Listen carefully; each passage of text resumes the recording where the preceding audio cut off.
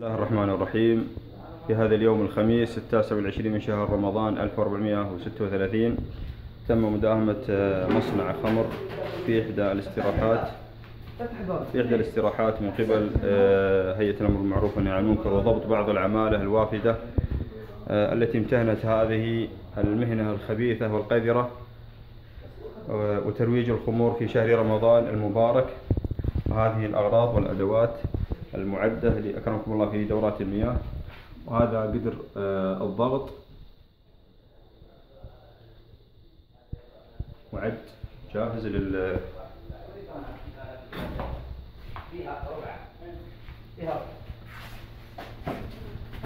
هذه القوارير المستخدمة وجاهزة للتوزيع.